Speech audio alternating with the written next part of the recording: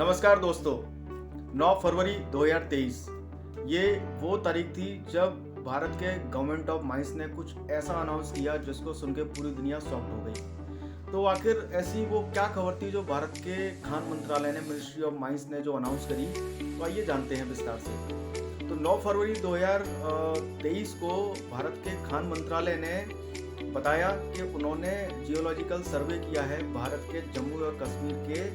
रिहाइश इलाके में, और वहाँ पर उन्हें दुनिया का दूसरा सबसे बड़ा लिथियम आयन का भंडार मिला है, जिसको अगर हम क्वांटिफाई करें तो जो वो होता है 5.9 मिलियन टन। ओके, तो ये अपने आप में इतना बड़ा भंडार था और दुनिया में दूसरा सबसे बड़ा लिथियम आयन का भंडार था, जिसको सुन के दुनिया एकदम से अचंभे में आ गई। तो देखिए, आप सभी सोच रहे होंगे कि आखिर इसमें ऐसी बड़ी क्या बात है। तो लिथियम आयन ये अपने आप में एक इस तरह का नेचुरल रिजर्व है जिसे दुनिया व्हाइट गोल्ड के नाम से भी जानती है। और अभी जो इसकी डिमांड है, आप देखेंगे आपके फ़ोन में, और वेदर ये सेमीकंडक्टर चिप हो या फिर उसकी लिथियम आयन बैटरी हो या फिर इलेक्ट्रिक कार्स में भी यूज़ होने वाली लिथियम आयन बैटरी हो, तो हर जगह इस और जो नेचुरल रिजर्व है लिथियम आयन की बहुत ही ज़्यादा डिमांड है। और ये इंडस्ट्री बहुत ही अच्छे से ग्रो कर रही है, क्योंकि और कहीं भी जैसे हम इसके जैसे कि मैंने आपको इसका यूज़ बताया, मोबाइल से लेके और कार्स तक हर जगह इसका व्यापक तरीके से यूज़ हो रहा है। तो ये अपने आप में बहुत बड़ी चीज़ है। तो देखिए, अगर हम और लेड एसिड बैटरी की और लिथियम आयन बैटरी से अगर उसकी और कंपैरिजन करें, तो ये कई मायनों में जो लिथियम आयन बैटरी है लेड एसिड बैटरी से कई गुना अच्छी है।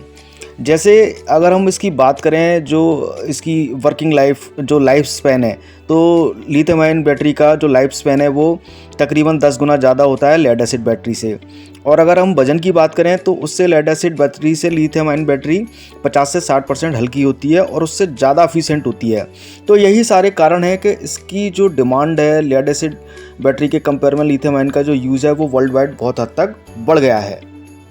तो दोस्तों, अगर हम बात करें वर्ल्ड के सबसे बड़े उन कंट्रीज़ के बारे में जिनके पास में लिथियम डिपॉजिट्स के सबसे बड़े और स्रोत हैं, रिजर्व्स हैं, तो देखिए इस और जो कैटेगरी में जो सबसे पहला जो कंट्री है वो है चिली, जिसके पास में 9.2 मिलियंस के लिथियम और आयन के रिजर्व्स हैं। अब जो अभी भारत में अब ये जो दूसरा 5.9 मिलियन का भंडार मिला है, तो भारत भी अब हम कह सकते हैं कि विश्व में दूसरे नंबर की ऐसी एक महाशक्ति हो गया है जिसके पास में इतने बड़े लिथियम आयन के रिजर्व्स हैं। उसके बाद में फिर ऑस्ट्रेलिया हो गया 5.7 मिलियन टन्स के साथ में, अर्जेंटीना हो गया 2.10 मिलियन के साथ में, जो ये और सबसे बड़े मतलब रिजर्व रखते हैं।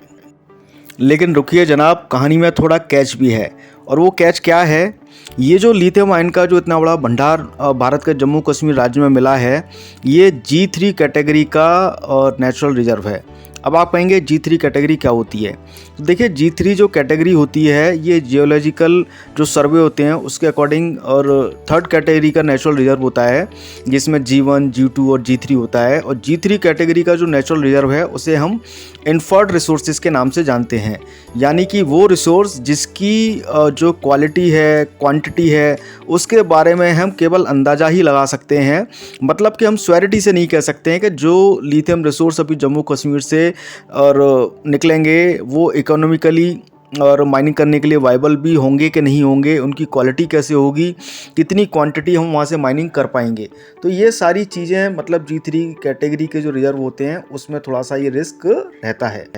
बेहतर तरीके से समझने के लिए आप इस ग्राफ के थ्रू समझ सकते हैं, जिसमें आप देख सकते हैं। और ये ग्राफ है जिसमें क्या रहता है, जो बाई एक्सिस पे जो और रिसोर्सेज हैं उनकी कैटेगरी दी हुई हैं, जो कि मेजर्ड सबसे पहले जो रिसोर्स है वो सबसे अच्छा नेचुरल रिजर्व होता है, फिर उसके पास में इंडिकेटेड होता है, फिर इन्फर्ड होता है। ये हमें हमारी जो जियोलॉजिकल जो इन्फॉर्मेशन वर्ल्ड वाइड अवेलेबल है उसके आधार पर बताता है कि जो हमें नेचुरल रिजर्व मिला है वो किस क्वालिटी का नेचुरल रिजर्व है। उसके बाद में एक्स एक्सिस पे आप देख सकते हैं जो रिजर्व हैं वो प्रूव्ड हैं या प्रोबेबल हैं, और वो दोनों चीज़ें हमें ये बताती हैं कि जो नेचुरल रिजर्व है उसको माइनिंग करने में, प्रोसेस करने में और आम जनता तक पहुंचाने में कितनी सहूलियत के साथ हम लोगों तक पहुंचा सकते हैं। चलिए एक बार मान भी लेते हैं कि ये जो भारत में लिथियम आयन का इतना बड़ा रिजर्व मिला है, अगर ये जो और फर्दर क्या है और G3 कैटेगरी से G2 में G1 में कन्वर्ट भी हो जाता है, तो इतने बड़े रिजर्व के मिलने के बाद में भारत के ऊपर इसका क्या प्रभाव पड़ेगा। तो देखिए, ये अपने आप में इतना बड़ा रिजर्व है और इससे भारत को वही फ़ायदा होगा जो और ऑयल के होने से गल्फ कंट्रीज़ को जो फ़ायदा हुआ है, वही उस तरह का फ़ायदा भारत की जीडीपी में देखने को मिलेगा और भारत को एक विकासशील देश से विकसित देश तक के सफ़र में जाने में बहुत ही ज़्यादा सहूलियत होगी, उसकी जीडीपी बहुत ही अच्छे से बढ़ेगी और ये सारी चीज़ें मतलब इस रिजर्व के आगे कन्वर्ट होने पर होंगी। और क्यों ऐसा मैं कह रहा हूँ, क्योंकि ये सब देखिए, अगर हम इसके पीछे का डाटा समझते हैं तो क्या है, ग्लोबल जो लिथियम आयन बैटरीज का जो मार्केट की हम बात करें तो ये 2018 में 33 बिलियन डॉलर का ये मार्केट था और उसके बाद में जिस तरह से डिमांड आती गई, हर जगह इलेक्ट्रॉनिक्स में सेमीकंडक्टर चिप्स का यूज़ हो रहा है, लिथियम आयन बैटरीज का यूज़ हो रहा है, ईवी व्हीकल्स का एक बूम है, तो ये मार्केट इस तरह से बहुत ही अच्छे CAGR से बढ़ता चला गया और ये 2025 तक यही मार्केट 73 बिलियन डॉलर का मार्केट अपने आप में बन जाएगा, जो कि अपने आप में एक बहुत ही बड़ी ब्रेक थ्रू है।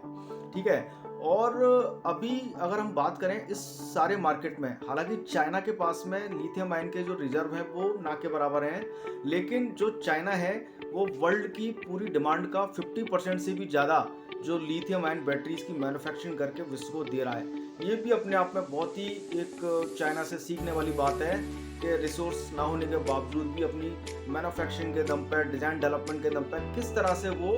पूरे विश्व की लिथियम आयन बैटरीज की डिमांड को और समझ रहा है और उसको पूरी तरह से पूरा कर रहा है। तो भारत अपने इस लिथियम आयन के रिजर्व के बेस पर अपने आप को डेवलप कर सकता है आगे